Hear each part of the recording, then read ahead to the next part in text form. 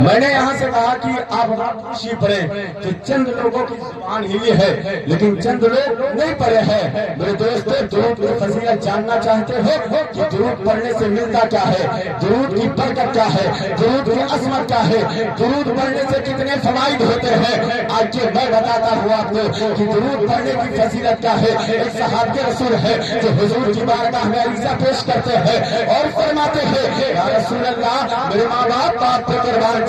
ابھی میں شروع ہو رہا ہوں، یہاں سے اسٹارٹ کر رہا ہوں کہ تاکہ یہ نہ لگے کہ اگر دوسرا مقرر آئے یا شاعر آئے آپ سے اگر کہے کہ درود شریف پڑھو تو بلند آواز سے آپ پڑھیں گے۔ وہ صحابی رسول حضور کی بارگاہ میں عریضہ پیش کرتے ہیں یا رسول اللہ، میرے ماں باپ آپ پہ قربان جائے، یا رسول اللہ میں بہت غریب ہوں، میرے پاس مال و زر نہیں ہے، میرے پاس کھانے پینے کا سامان نہیں ہے، یا رسول اللہ مجھے کوئی ایسا وظیفہ بتا دیجئے جس کے ذریعے سے میرے پاس مال و زر آ جائے۔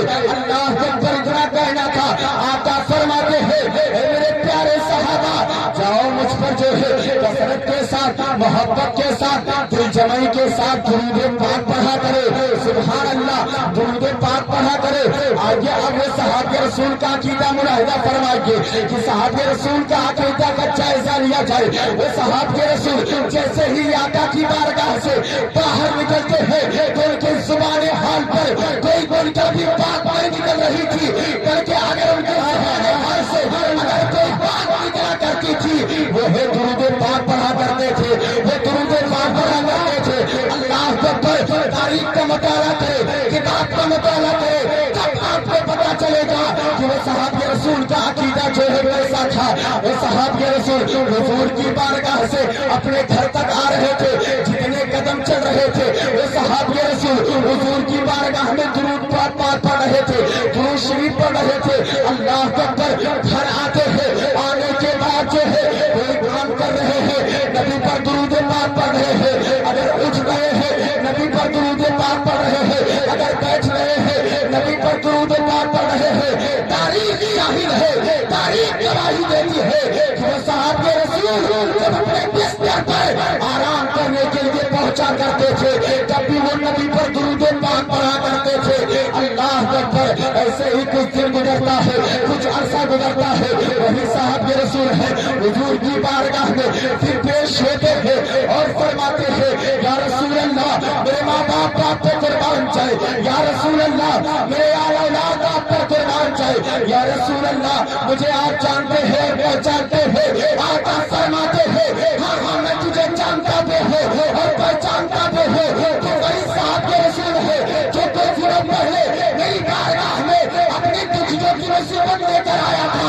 اب بتا تیرا حال کیا ہے۔ اللہ اکبر، آقا فرماتے ہیں اب بتا تیرا حال کیا ہے۔ وہ صحابی رسول کے آنکھوں سے آنسو نکلنے لگتا ہے، وہ رونے لگتے ہیں اور حضور سے فرماتے ہیں یا رسول اللہ، جب میں آپ کے پاس پہلی مرتبہ آیا تھا میرے پاس مال و زر نہیں تھا، لیکن یا رسول اللہ جب میں دوسری مرتبہ آیا ہوں میرے پاس اتنا مال و زر آ گیا ہے، جب سے میں درود پاک پڑھنا شروع کیا ہوں اتنا مال و زر آ گیا ہے، اتنا مال و زر آ گیا ہے۔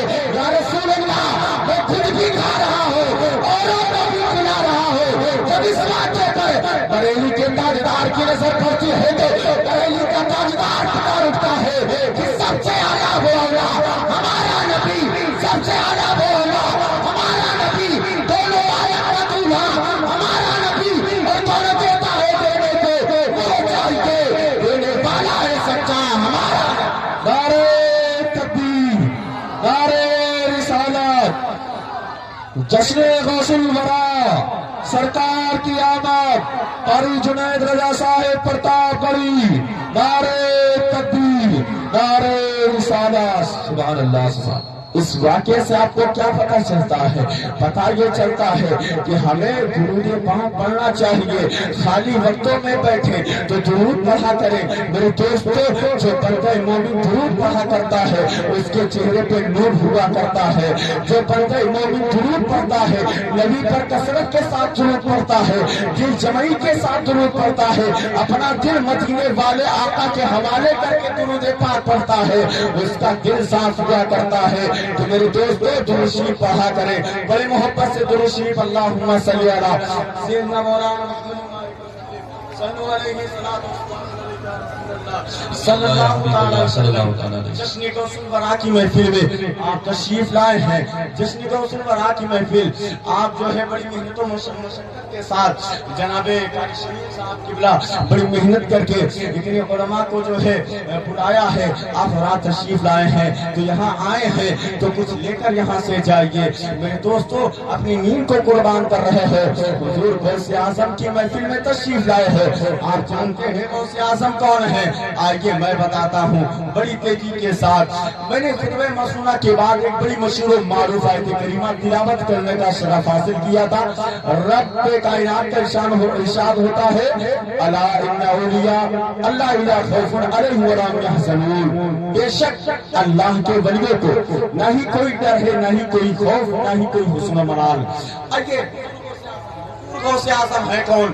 حضور غوث اعظم کن کی اولاد میں سے ہے؟ آئیے میں بتاتا ہوں میرے دوستو توجہ کریں. بات سمجھ میں آ رہی ہے آپ حضرات کو؟ سمجھ میں آ رہی؟ محبت سے بول دیں سبحان اللہ.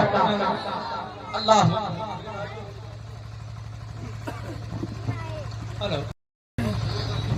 درود شریف پڑھیں اللہم صلی اللہ سیدنا مولانا محمد مبارک وسلم علیہ صلاۃ والسلام علیک یا رسول اللہ صلی اللہ تعالی علیہ وسلم. حضرات محترم میں بتا رہا تھا کہ حضور غوث اعظم ہے کون، کن کی اولاد میں سے حضور غوث اعظم. آئیے میں بتاتا ہوں. آپ ذہن حاضر کریں، توجہ کریں، انشاءاللہ تعالی ایمان تازہ ہو جائے گا. حضور غوث اعظم کن کی اولاد میں سے ہے؟ اور آئیے بتاتا ہوں. ایک مرتبہ حضور اکرم صلی اللہ تعالی علیہ وسلم حضرت فاطمہ الزہرا کے گھر آتے ہیں. آنے کے بعد حضور پرنور سرکار مصطفیٰ صلی اللہ تعالی علیہ وسلم حضرت فاطمہ الزہرا کے گھر آتے ہیں.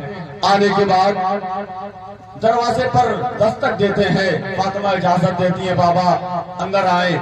جیسے حضور صلی اللہ تعالی علیہ وسلم فاطمہ کے گھر میں قدم رکھتے ہیں نا، حضرت امام حسین ہیں کھڑے ہو جاتے ہیں اور وہیں پر امام حسن بھی بیٹھے تھے.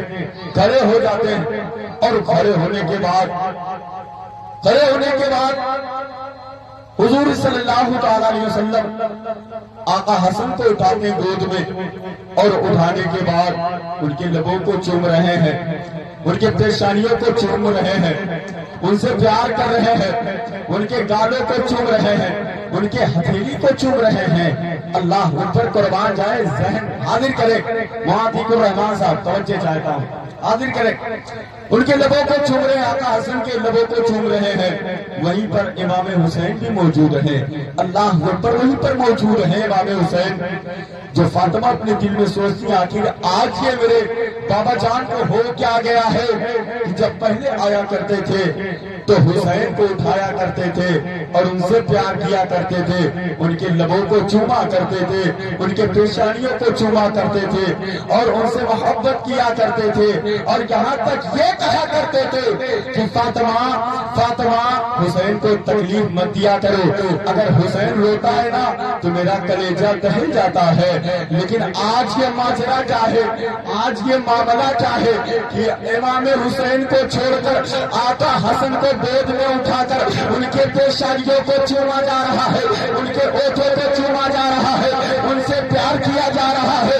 فاطمہ الزہرا ہے اتنا اپنے دل میں سوچ ہی رہی تھی. میرے حضور فرماتے ہیں اے میری بیٹی فاطمہ تو یہ سوچ رہی ہے کہ جب میں پہلے آیا کرتا تھا جب میں پہلے آیا کرتا تھا تو امام حسین کو گود میں اٹھایا کرتا تھا اور ان کے لبوں کو چوما کرتا تھا، ان کے پیشانیوں کو چوما کرتا تھا، ان سے پیار کیا کرتا تھا.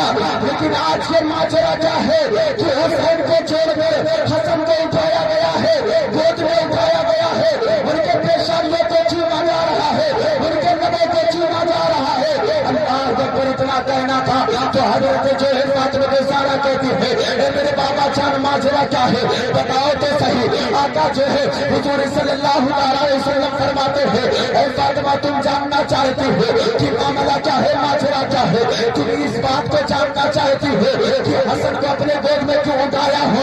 حضرت فاطمہ زہرا ہے فرماتی ہے ہاں میں جاننا چاہتی ہوں کہ حسین کو چھوڑ کر آج حسن کو گود میں اٹھایا گیا ہے. تو آقا فرماتے ہیں اے فاطمہ تو جاننا چاہتی ہے تو فاطمہ فرماتی ہے ہاں میں جاننا چاہتی ہوں. تو آقا فرماتے ہیں فاطمہ سنو جبریل میری بارگاہ میں آئے تھے اور آنے کے بعد جو ہے انہوں نے یہ فرمایا تھا اے میرے آقا اے میرے جو نبی یہ بتایا گیا ہے یہ اللہ کی طرف سے جو ہے یہ اللہ کی طرف سے بتایا گیا ہے کہ جو حسین ہوگا جو حسین ہے ان کی اولاد میں سے شہداء پیدا ہوں گے لیکن جو حسن ہے ان کی اولاد میں سے ایک اولاد ایسا آئے گا جس کا نام عبد القادر جیلانی ہوگا اور اس کا قدم جو ہے جس طریقے سے اللہ کے نبی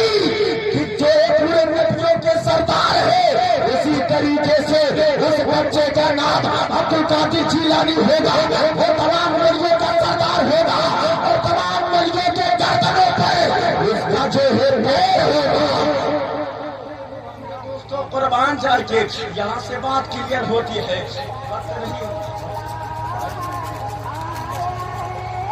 دوسری پر اللہم صلی اللہ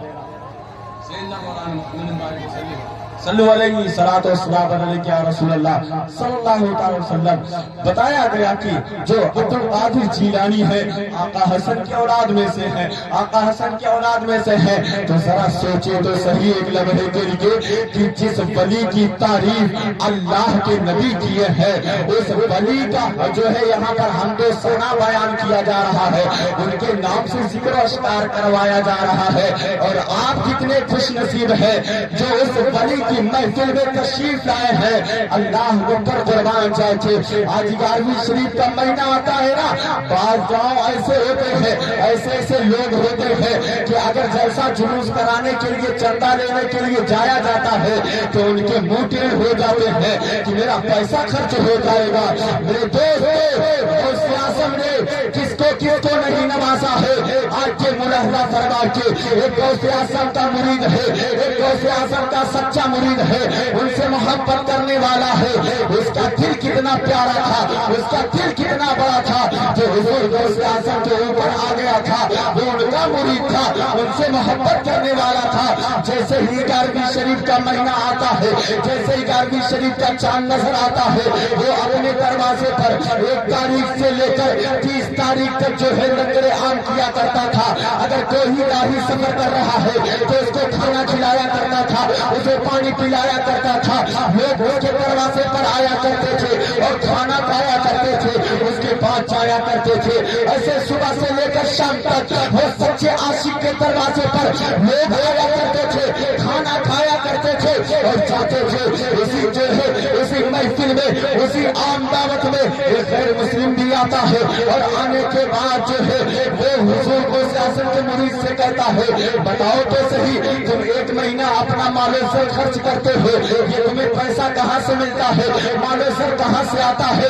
اللہ اکبر. وہ حضور کو سیاست کا چاہنے والا کہتا ہے اے نادان تجھے نہیں پتا ہے جس کے نام سے یہ لنگر چل رہا ہے وہی مجھے نوازتا ہے. اللہ اکبر. وہی مجھے دیتا ہے. اتنا کہنا تھا وہ غیر مسلم جو تھا اس کے دل میں بھی جو ہے یہ محبت پیدا ہوتی ہے کہ میں بھی کرنا چاہتا ہوں. اس مرید سے کہتا ہے کہ اگر میں ان کے نام سے لنگر کروں گا کیا تیرے غوث اعظم مجھے نوازیں گے مجھے مال و زر دیں گے. اللہ پر اتنا کہنا تھا میرے پیارے اتنا کہنا تھا کہ وہ سچا عاشق کہتا ہے کہ ہاں تجھے بھی نوازیں گے اگر دل سے کرے گا لنگر تو تجھے بھی نوازیں گے تو بھی جو ہے مالا مال ہو جائے گا تو بھی مالا مال ہو جائے گا. حضور غوث اعظم کی محبت اگر تیرے دل میں بس جائے گی صدق کے دل سے کرے گا دل کو صاف کر کے کرے گا تو تجھے بھی جو ہے نوازا جائے گا. اللہ پر اتنا کہنا تھا کہ وہ غیر مسلم کا عقیدہ ذرا ملاحظہ فرمائے کہ غوث اعظم نے کس کو نہیں نوازا ہے. اللہ پر قربان جائے. چاہ کے وہ غیر مسلم کا آدمی وہ جاتا ہے اپنے گھر پر جاتا ہے, اس کے پاس مالے سے نہیں تھا, اپنے بیوی کے کہنے کو لیتا ہے, زیورات کو لیتا ہے, بازار میں جاتا ہے اور اسے بیچتا ہے, اور بیچنے کے بعد میرے پیارے وہ جو ہے لنگر کا سامان لاتا ہے, اور لانے کے بعد اپنے دروازے پر دوسرے دن سے ہی غوث اعظم کے نام پر لنگر کرنا چالو کر دیتا ہے. اس کے دروازے پر بھی لوگ آیا کرتے تھے, کھانا کھایا کرتے تھے, چلے جایا کرتے تھے, کھانا کھایا کرتے تھے, چلے جایا کرتے تھے. صبح سے لے کر شام ہوتی تھی, بھیڑ کی قطار نہیں چل رہی تھی, لیکن وہ غیر مسلم حضور غوث اعظم کے نام پر لنگریں کیا کرتا تھا, حضور غوث اعظم کے نام پر اپنے پیسے کو خرچ کرتا تھا. میرے دوستوں قربان کر کے حضور غوث اعظم فرماتے ہیں, حضور غوث اعظم فرماتے ہیں کہ میرا چاہنے والا, مجھ سے محبت کرنے والا, اگر چاول کا ایک بھی دانہ میرے نام سے اگر لنگر کر دے گا تو وہ بھی حضور غوث اعظم قبول کر لیتے ہیں. میرے دوستو وہ بھی حضور غوث اعظم قبول کر لیتے ہیں. اللہ اللہ مسلمانوں قربان چاہ کے اب وہ غیر مسلم ہے, وہ بارہا کرتا رہا, بارہا کرتا رہا. ایک سال گزر گیا, دوسرا سال 11ویں شریف کا مہینہ آتا ہے, آنے کے بعد جیسے ہی چاند نظر آتا ہے ویسے ہی جو ہے وہ حضور غوث اعظم کا چاہنے والا جو ان کا مرید تھا, جو اس غیر مسلم کو بتایا تھا تو بھی لنگر کرے گا, حضور غوث اعظم تجھے بھی نوازیں گے. اللہ اکبر میرے پیاروں قربان چاہ کے ذرا سوچے تو صحیح لمحے کے لیے آج ہم اپنے آپ کو بتاتے ہیں کہ حضور غوث اعظم کی محبت ہمارے دل میں ہے. آج ہم اپنے آپ کو بتاتے ہیں کہ غوث کا دامن نہیں چھوڑیں گے. آج ہم اپنے آپ کو بتاتے ہیں غریب نواز کا دامن نہیں چھوڑیں گے.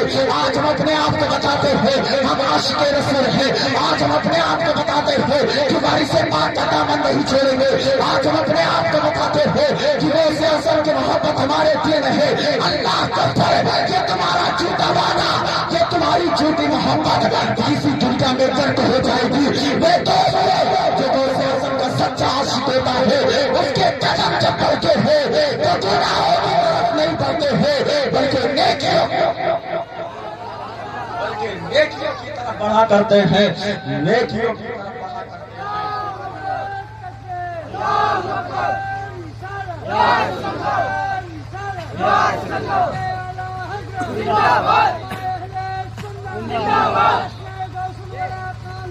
زندہ باد. اللہ اکبر قربان جائیں. آج ہم چھوٹی محبت کرتے ہیں. اب اسی غیر مسلم کی بات آخری بات کہہ کر گزرنا چاہتا ہوں کہ پورا کر دوں اسے, جو آپ کو بات سمجھ میں آ جائے. وہ غیر مسلم ہے, دوسرا سال 11ویں شریف کا لگتا ہے نا, تو 1 تاریخ سے لے کر 30 تاریخ تک وہ حضور غوث اعظم کے نام پر لنگر کرتا تھا, اور لوگ اس کے گھر آیا کرتے تھے, اس کے دروازے پر آیا کرتے تھے, کھانا کھاتے تھے, واپس جاتے تھے. اللہ اکبر ایک دن ایسا آیا کہ اس غیر مسلم کی روح قبض ہوتی ہے, وہ انتقال کر جاتا ہے. اللہ اکبر اس کے مذہب والے لوگ اس کے پاس آتے ہیں, آنے کے بعد اسے لے جاتے ہیں شمشان گھاٹ پر لے جاتے ہیں. لے جانے کے بعد جو ہے چتا پر رکھتے ہیں, لکڑیاں رکھتے ہیں اور اسے لٹاتے ہیں. لٹانے کے بعد میرے دوستو قربان چاچے اگر غوث اعظم کی نظر ایک بھی مرتبہ اگر ہمارے اوپر پڑ گئی تو ہم دنیا میں بھی کامیاب رہیں گے, میدان محشر میں بھی کامیاب رہیں گے, میدان محشر میں بھی کامیاب رہیں گے. اب وہی غیر مسلم ہے, اس کا انتقال ہوتا ہے. انتقال ہونے کے بعد اس کے مذہب کے لوگ لے جاتے ہیں, شمشان پر لے جاتے ہیں. لے جانے کے بعد جو ہے چتا پر لٹاتے ہیں. لٹانے کے بعد میرے دوستو اب آگ لگانے کی باری آتی ہے. لوگ چھڑک رہے ہیں اور آگ لگانا چاہتے ہیں, آگ لگا رہے ہیں, لیکن آگ جلنے کے لیے تیار نہیں ہے میرے دوستو. آگ جلانے کے لیے تیار نہیں ہے. لوگ پتھر کی جو ہے تیل لیتے ہیں, اس چتا پر ڈال دیتے ہیں, لیکن جو ہے وہ آگ جلنے کے لیے تیار نہیں ہے. لوگ حیران ہوتے ہیں, پریشان ہوتے ہیں, آخر معاملہ کیا ہے, ماجرا کیا ہے. اور لوگوں کی لاش رہا کرتی ہے, لکڑی جل جایا کرتی ہے, لیکن اس کے اندر کیا بات ہے جو آگ جلنے کے لیے تیار نہیں ہے. اسی مجمع میں سے ایک آدمی بولتا ہے اس کی دوستی ایک مسلم آدمی سے تھی، اس کی دوستی ایک مسلم شخص سے تھی، اور چلا جائے اس کے پاس پوچھا جائے کہ یہ کیا ماجرا ہے جو آگ جلانے کے لیے تیار نہیں ہے۔ لوگ اسی غوث اعظم کے سچے عاشق کے پاس آتے ہیں، آنے کے بعد کیا کہتے ہیں کہ بتاؤ تو صحیح تمہارا وہ دوست تھا، بتاؤ اس کا انتقال ہو گیا ہے، آگ اسے نہیں جلا رہی ہے۔ اللہ اکبر میرے دوست، قربان چاہیے وہ غوث اعظم کا مرید کہتا ہے، غوث اعظم کا چاہنے والا شخص کہتا ہے کہ پتا نہیں مجھے نہیں پتا ہے کہ یہ کیوں جو ہے آگ نہیں جلا رہی ہے۔ لوگ کرنے لگے، وہ لوگ ایک کے گھر پر کھڑے ہوتے ہیں، ضد کرتے ہیں بتاؤ تو صحیح آگ کیوں نہیں جلا رہی ہے، تم نے اسے کیوں کیا کیا تھا جو آگ جلانے کے لیے تیار نہیں ہے۔ میرے دوستوں قربان چاہیے وہ غوث اعظم کا سچا عاشق کہتا ہے، وہ غوث اعظم کا مرید کہتا ہے تم جاننا چاہتے ہو کہ یہ کوئی عام شخص نہیں ہے، اب یہ کوئی عام شخص نہیں رہا ہے۔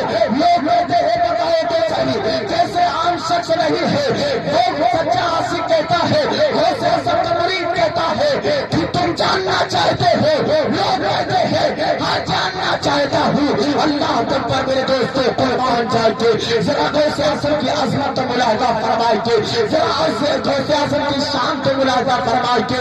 وہ سچا عاشق کہتا ہے جب اس کا انتقال ہوا تھا، جب اس انتقال ہونے کی جو ہے آخری گھڑی تھی، آخری گھڑی تھی، آخری لمحے میں اس کے سامنے حضور غوث اعظم آئے تھے، اور آنے کے بعد جو ہے اسے کلمہ پڑھا کر مذہب اسلام میں داخل کر لیے تھے۔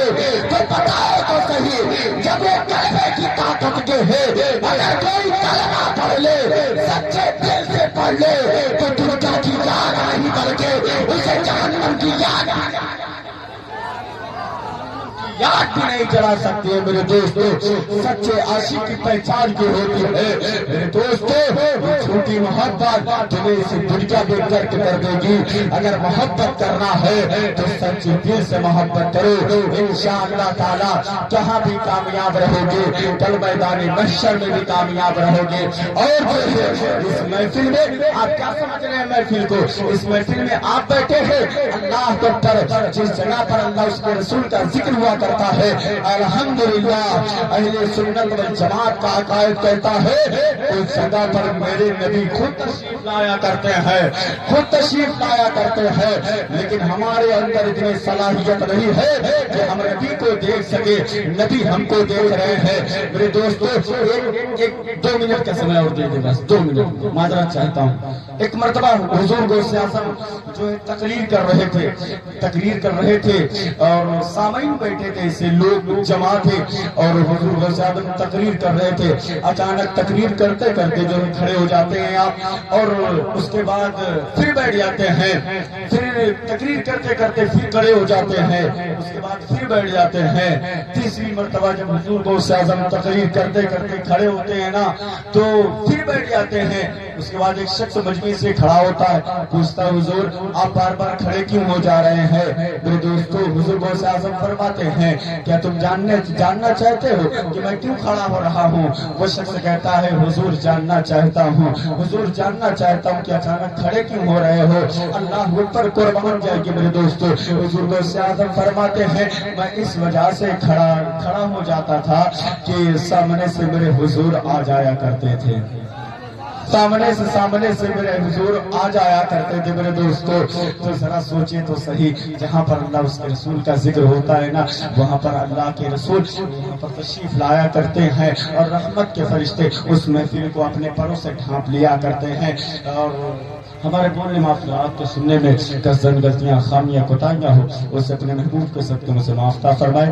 استغفر اللہ رب من کل ذنب و اتوب الیہ، استغفر اللہ رب من کل ذنب و اتوب الیہ، استغفر اللہ رب من کل ذنب و اتوب الیہ، وما علینا الا البلاغ۔ السلام علیکم۔